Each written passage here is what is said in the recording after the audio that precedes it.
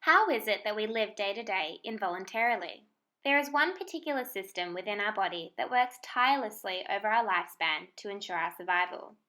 This is the cardiovascular system, and today we will be looking at the systemic and pulmonary circulation that are systems of the heart intrinsically linked to work together to deliver blood around the body.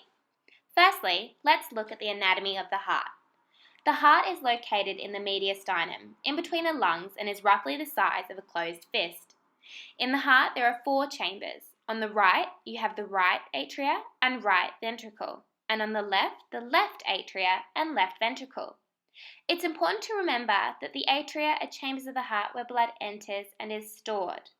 The ventricles are where blood is ejected away from the heart. What links these chambers are valves that act to regulate the amount of blood leaving and entering the chambers. The atrioventricular valves are located between the atrium and the ventricle, delivering blood within the heart.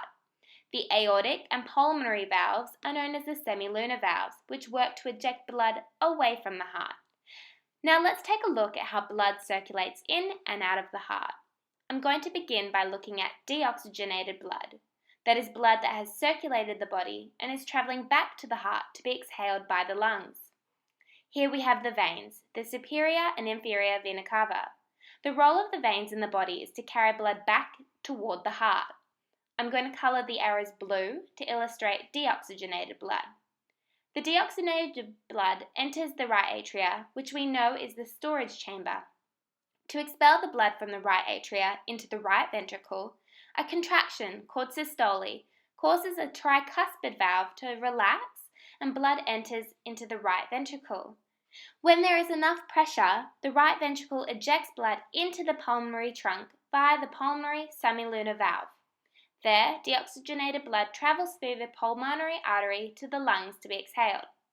Try to remember that the role of the arteries is to deliver blood away from the heart. Now, how does freshly inhaled blood enter the heart to be circulated throughout the body? Here we have oxygenated blood inhaled via the lungs traveling from the pulmonary vein. Remember, veins deliver blood to the heart.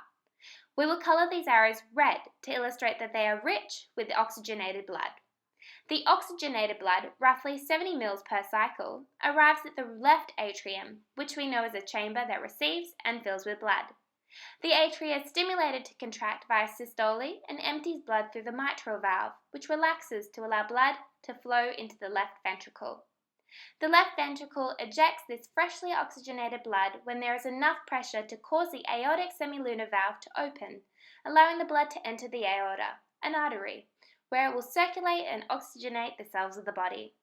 As you have just learnt, this is a highly sophisticated system that contributes to pumping 2.5 million litres of blood each year. We just simply could not live without it.